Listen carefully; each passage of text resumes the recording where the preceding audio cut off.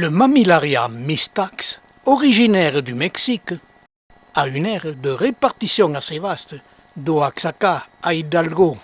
Cette mammillaire se présente sous forme féerique d'une douzaine de centimètres de diamètre. Elle dépasse peu les 15 centimètres de hauteur, car au fur et à mesure qu'elle se développe, les cellules de la base de la plante meurent, ce qui la rétracte. Cette image nous laisse aussi observer qu'à la base, il y a des aiguillons très longs. Normalement, le Mammillaria mistax se présente avec des aiguillons qui ont presque tous la même longueur. Mais pendant ces 40 années de culture de cette espèce, j'ai observé qu'elle pouvait développer des aiguillons centraux courts et parfois très longs. Et cette observation a été faite sur les mêmes sujets.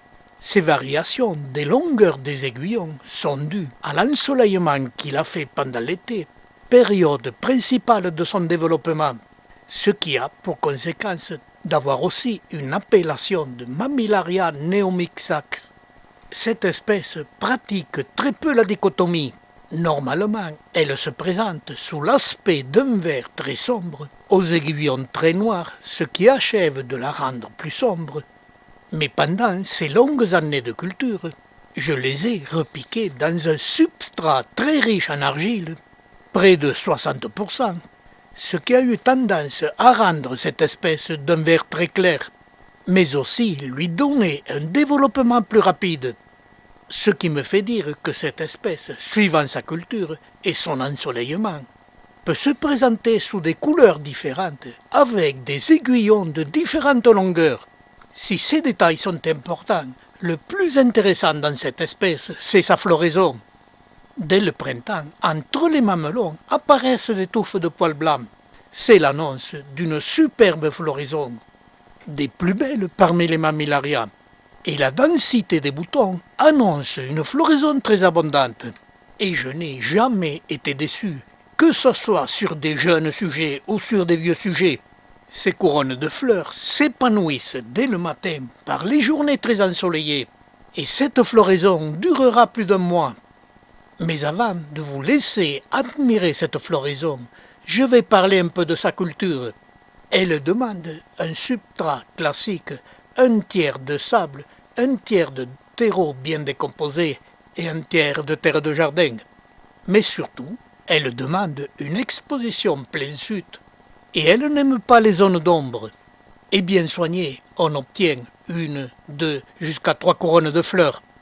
Car chaque fleur peut durer plus d'une semaine, suivant l'ensoleillement, ce qui favorise la superposition des rangées de couronnes de fleurs que je vous laisse admirer.